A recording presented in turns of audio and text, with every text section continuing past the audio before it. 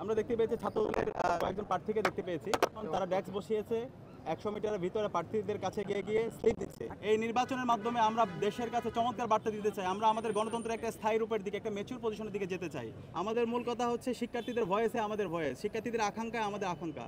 আমরা চাই শহীদদের আকাঙ্ক্ষার আলোকে একটা সুস্থ নির্বাচন বিনির্মাণ করতে এবং সারা দেশকে একটা মেসেজ দিতে। আমরা যারা এখানে প্রার্থী হয়েছে সবাই জুলাইয়ের একজন যোদ্ধা। জুলাই আমরা প্রত্যেকে পরিচয় ভুলে গিয়ে ফ্যাসিবাদের বিরুদ্ধে আন্দোলন করেছি। জুলাই পরবর্তী আমরা যদি শহীদদের আকাঙ্ক্ষার আলোকে বৈষম্যহীন ইনসাফভিত্তিক বাংলাদেশ বিনির্মাণ করতে চাই, তাহলে যে জুলাই বিপ্লব ঢাকা বিশ্ববিদ্যালয় থেকে শুরু হয়েছে, সেই ঢাকা বিশ্ববিদ্যালয়ে আমাদের গণতন্ত্রের চমৎকার একটা নজির স্থাপন করতে হবে।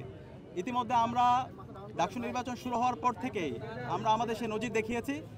আজকের নির্বাচনেও আমরা আশা করব আমরা যারা প্রার্থীরা আছি এবং যত ছাত্র সংগঠন আছে আমরা সবাই দায়িত্বশীল আচরণ করব।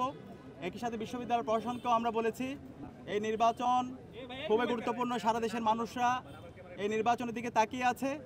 এই নির্বাচনের মাধ্যমে আমরা দেশের কাছে চমৎকার বার্তা দিতে চাই, আমরা আমাদের গণতন্ত্রের একটা স্থায়ী রূপের দিকে, একটা ম্যাচিউর পজিশনের দিকে যেতে চাই। তো সেই জায়গায় আমরা বারবার বলেছি একটি ফ্রি ফেয়ার ক্রেডিবল ইলেকশন আয়োজন করার জন্য ওনারা যেন দায়িত্বশীল আচরণ করে। তো আমরা এখন পর্যন্ত অবজার্ভ করছি, পর্যবেক্ষণ করছি। আমরা আশা করব সকালে যেভাবে আমাদের নির্বাচন শুরু হয়েছে শেষ পর্যন্ত সুন্দরভাবে সুস্থভাবে নির্বাচন সম্পাদন হবে ইনশাআল্লাহ।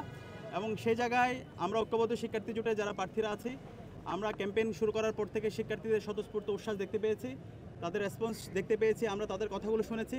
আমরা আশা রাখছি ঢাকা বিশ্ববিদ্যালয়ের সচেতন শিক্ষার্থীরা ঐক্যবদ্ধ শিক্ষার্থী জোটের যে নেতৃত্ব, সেই নেতৃত্বের উপর তারা আস্থা রাখবে। এবং আমাদের ঐক্যবদ্ধ শিক্ষার্থী জোটের যে কথা, আমাদের মূল কথা হচ্ছে শিক্ষার্থীদের ভয়েসে আমাদের ভয়েস, শিক্ষার্থীদের আকাঙ্ক্ষায় আমাদের আকাঙ্ক্ষা। শিক্ষার্থীদের যে স্বপ্নের ক্যাম্পাস, সেই স্বপ্নের ক্যাম্পাস বিনির্মাণে আমাদের উদ্দেশ্য। স্বপ্নের ক্যাম্পাস গড়ার পথযাত্রী আমরা থামবো না। তো আমরা আশা রাখছি ঢাকা বিশ্ববিদ্যালয়ের সচেতন শিক্ষার্থীরা ঐক্যবদ্ধ শিক্ষার্থী জোটের উপর আস্থা রাখবে এবং এর মাধ্যমে আমরা আমাদের স্বপ্নের ঢাকা বিশ্ববিদ্যালয় বিনির্মাণে সবাই আমরা ঐক্যবদ্ধভাবে কাজ করে যাব। 100 মিটারের মধ্যে কোনো ধরনের স্লিপ দেওয়া যাবে না।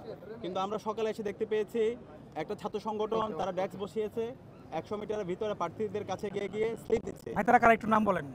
আমরা দেখতে পেয়েছি ছাত্রদলের কয়েকজন প্রার্থীকে দেখতে পেয়েছি। তো আমরা অনুরোধ করব যে আচরণবিধি আছে সেই আচরণবিধি যেন মানা হয় এবং এক্ষেত্রে আমরা সবাইকে আহ্বান করব, এই নির্বাচনটা খুবই গুরুত্বপূর্ণ। ওয়ালটন এখন দেশের সীমানা পেরিয়ে পৌঁছে গিয়েছে 50টিরও বেশি দেশে। ওয়ালটন, ঘরে ঘরে বিশ্বজুড়ে। আমরা চাই শহীদদের আকাঙ্ক্ষার আলোকে একটা সুস্থ নির্বাচন বিনির্মাণ করতে এবং সারা দেশকে একটা মেসেজ দিতে।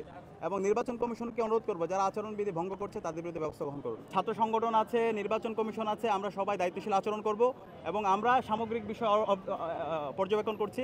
কিন্তু যদি আচরণবিধি কেউ লঙ্ঘন করে, কেউ আমাদের যে নির্বাচন কমিশন আছে তারা যদি কাউকে এক্সট্রা ফ্যাসিলিটিস প্রদান করে, তখন তারা শিক্ষার্থীদের বিরুদ্ধে অবস্থান নেবে। তা আমরা চাই না শিক্ষার্থী বনাম ছাত্র এই ধরনের কোনো পজিশন তৈরি হোক। গত 16 বছরে আমরা যে ভোটাধিকার দিতে পারি নাই, আমাদের যে গণতন্ত্রের আমাদের কোনো অধিকার ছিল না, সেই জায়গায় আমরা গণতন্ত্রের একটা স্থায়ী রূপের দিকে আমরা একটা ম্যাচিউর পজিশনে যেতে চাই। আমরা আশা করছি ডাকসু নির্বাচনের মাধ্যমে সারা দেশকে সে পার্টি